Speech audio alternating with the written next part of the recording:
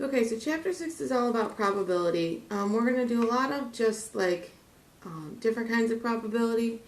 So the notes are really just like lots and lots of examples, just so you can kind of see a little bit of everything. So let's do a few vocab words first. So you're going to hear chance experiment. A chance experiment is any situation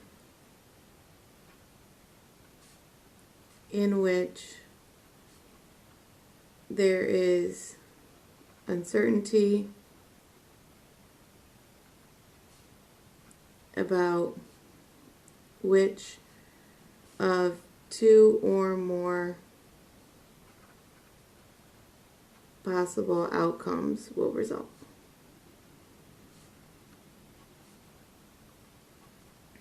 So a lot of what we're going to do in this chapter are chance experiments. So example, flip a coin, we're going to use that a lot, rolling a die, picking a card.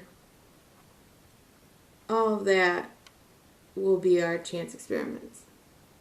So a sample space is simply the collection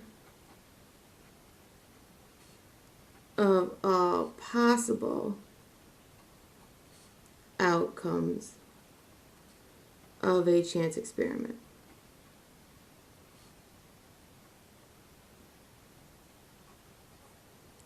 So flipping a coin, now the sample space, what we usually do is we use, I call them squiggly brackets, to denote the sample space. So when I flip a coin, my only options, so we have a bracket, are either heads or tails. If I flip two coins, there's more than just two, squiggly bracket. I could have heads, heads, tails, tails, heads, or tails, tails. So an event is just any collection of outcomes from the sample space of a chance experiment.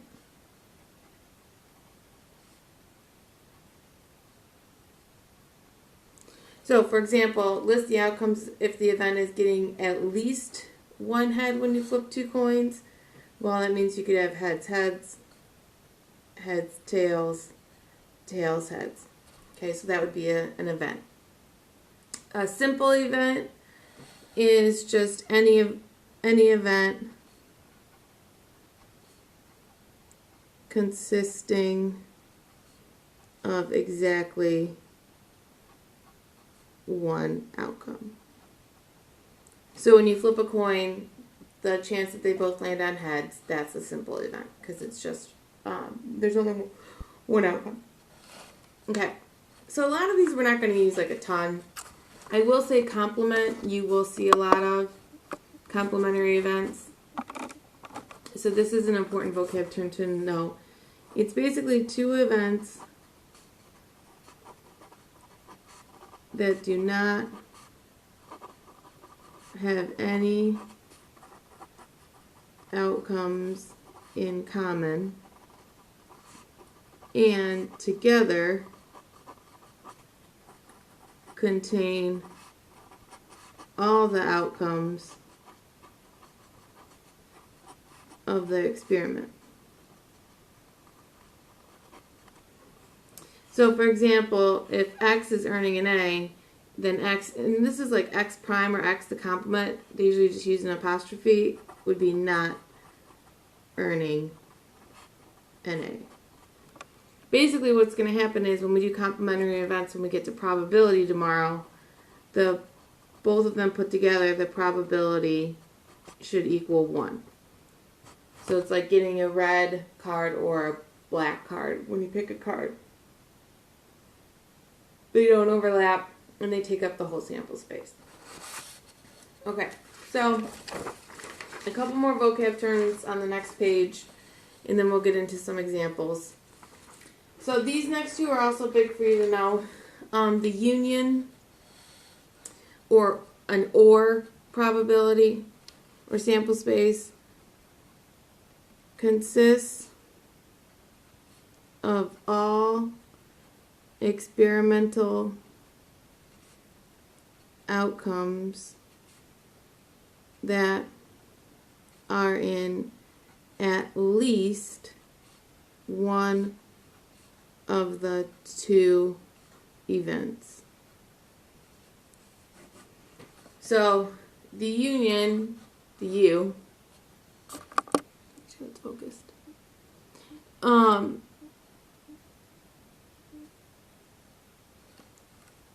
This is basically a mathematical symbol for X or Y. So you're either in X or Y or both. Okay, so if you think about like a Venn diagram, a real simple Venn diagram,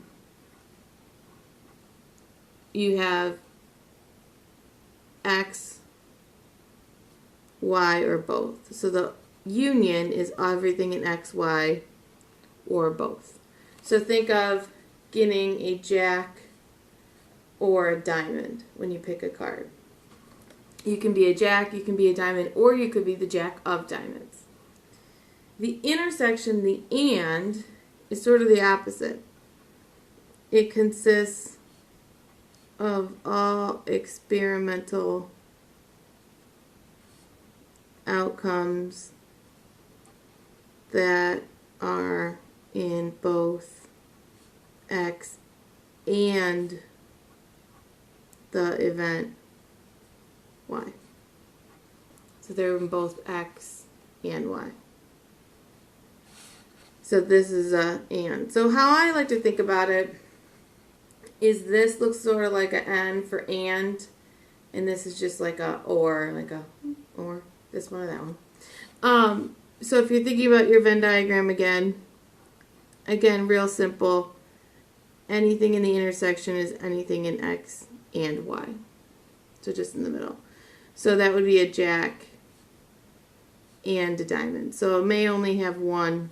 There's only one answer here, the jack of diamonds.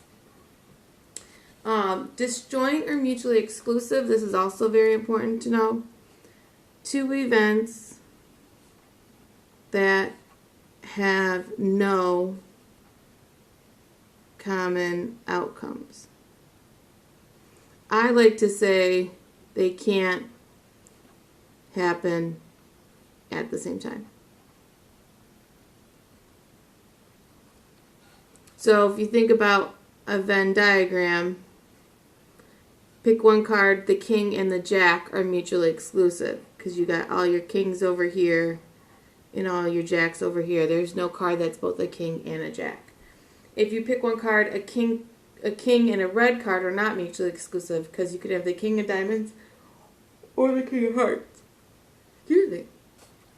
Okay, so example. So let's try an example here. So I'm rolling a die.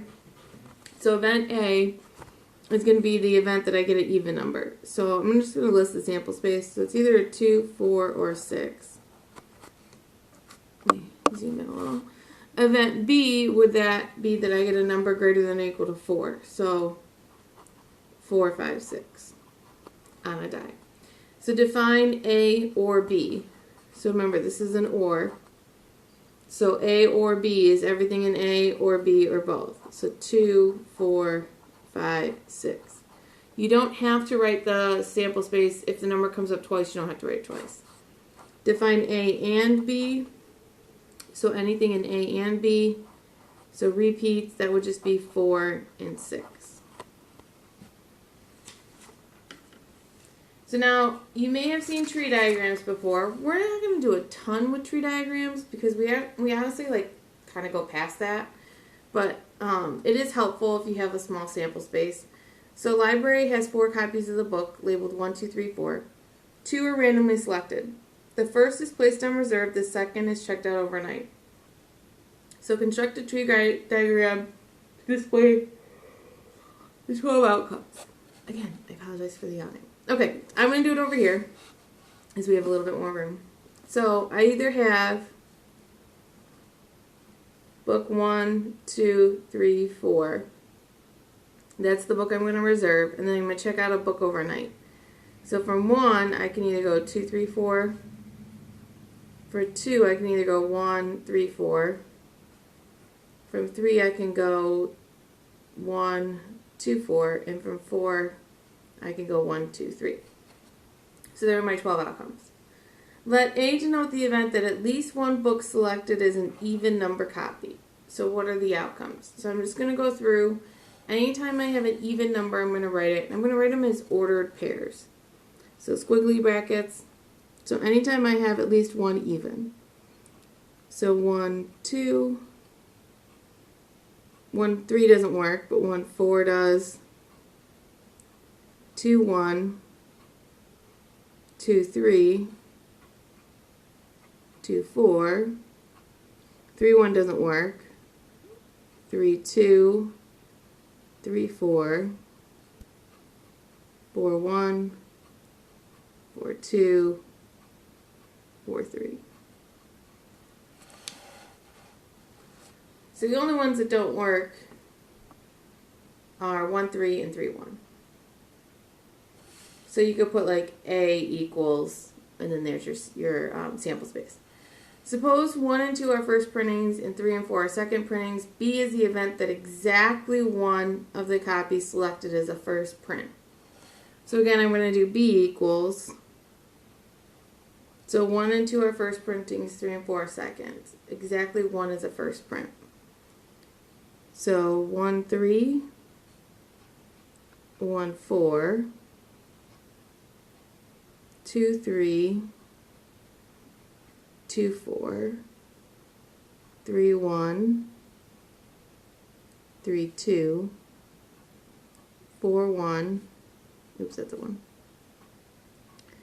4, 2. So we're just picking subsets within the tree diagram. And then our last example, let's use some words here. So the student is female, B is that the student takes statistics. Again, this is A or B. So we're looking at a student is female or takes statistics. So that's what we'd be looking for. B would be A and B. So student is female and takes statistics. C, this again is the complement. So this is the complement of A. So I think about it as not A. So if a student is female, the opposite of them would be the student is male. Not A and not B.